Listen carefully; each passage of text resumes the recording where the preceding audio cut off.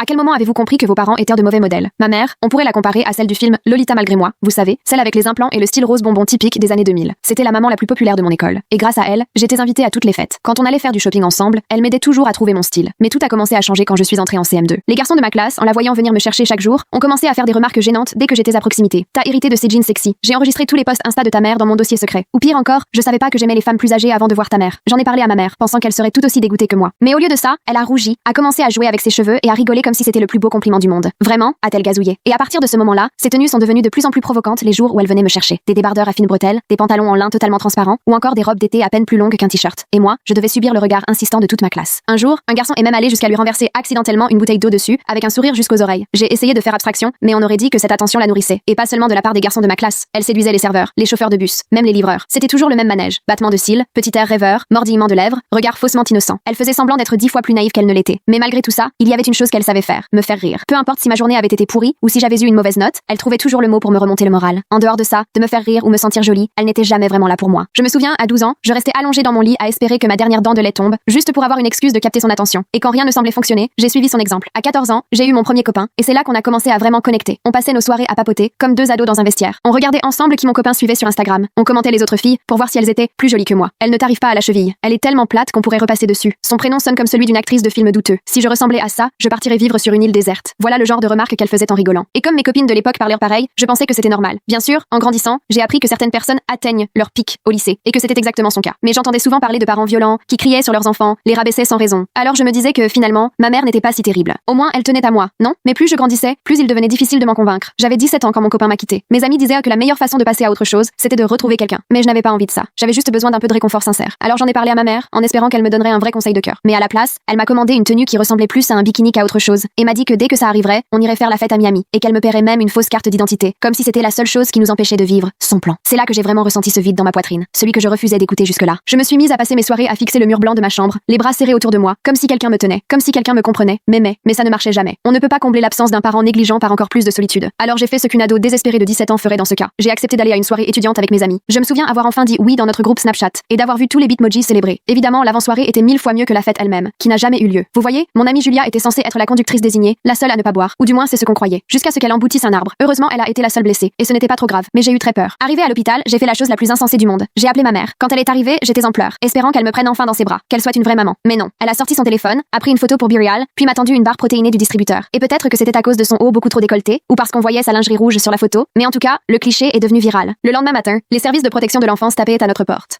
Découvrez l'histoire complète en cliquant sur la vidéo ci-dessous.